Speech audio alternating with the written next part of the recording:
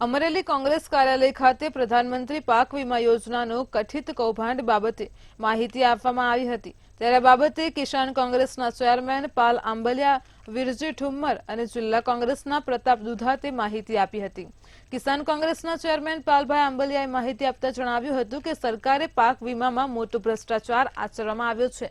સરકારના ધારા મુજબ 33% વધુ નુકસાન હોય ત્યારે સહાય મળવાને પાત્ર છે। સરકારે નક્કી કરેલો ધારાધોરણ મુજબ વીમો આપ્યો નથી।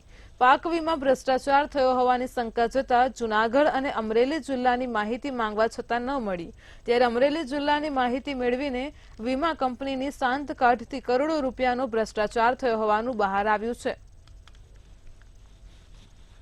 2016-17 પ્રધાનમંત્રી પાક વીમા યોજના જે ચાલુ થઈ ત્યારથી 16-17નું વર્ષ છે એ દુષ્કાળગ્રસ્ત રહ્યું, 17-18 છે એ અતિવૃષ્ટિવાળું રહ્યું, 18-19 છે એ ફરીથી દુષ્કાળગ્રસ્ત અને લગભગ 750થી વધારે ગામોને સરકારે દુષ્કાળગ્રસ્ત જાહેર કર્યા હતા। એમાં અમરેલી તાલુકા જિલ્લાના પણ ગામો દુષ્કાળગ્રસ્ત હતા। સરકારે 3750 કરોડનું પેકેજ પણ આપ્યું હતું।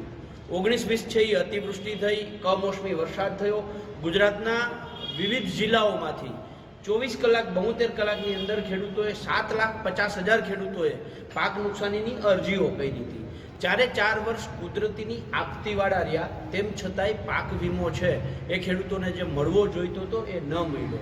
ગુજરાતની જનતામાં અમરેલી જિલ્લાની જનતા, એના મતદારો અલગ પ્રકારનો મિજાજ ધરાવે છે। ત્યારે રૂપાલા સાહેબની પણ અહીંયા વાત ચાલી હતી, અહીંયાથી બદલીને એને રાજકોટ જવું પડ્યું। માંડવિયાભાઈની પણ અહીંયા વાત ચાલી હતી, એ પણ નિર્ણય ન લેવાઈ શક્યો। માટે ભારતીય જનતા પાર્ટીને કોંગ્રેસથી અહીંયા ડર સતાવી રહ્યો છે।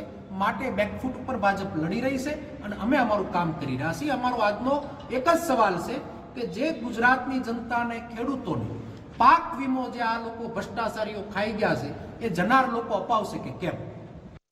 અનેક ખેડૂતોને એના સરકાર જે સહાય નથી આપી શકી, આપી ખેડૂતો માટે સતત ચિંતા કરીએ છીએ। ખેડૂતો સાથે અમરેલી જિલ્લો જોડાયેલો જિલ્લો છે। ત્યારે પ્રેસ મીડિયાના મિત્રોને મારે વિનંતી છે, ખેડૂતો એટલે જગતનો તાત, આજે જગતનો તાત એક ભીખ માંગતો તાત બની ગયો છે। એ જગતના તાતને છોડાવવું અતિ જરૂરી છે। સરકાર જે કાયદાઓ બનાવેલી છે એ કાયદા પ્રમાણે અત્યારે પરિસ્થિતિ કરી કે કૃષિ કાયદાને લીધે લગભગ 5000 ખાનગી કંપનીઓનું આક્રમણ આ દેશ પર થયું છે।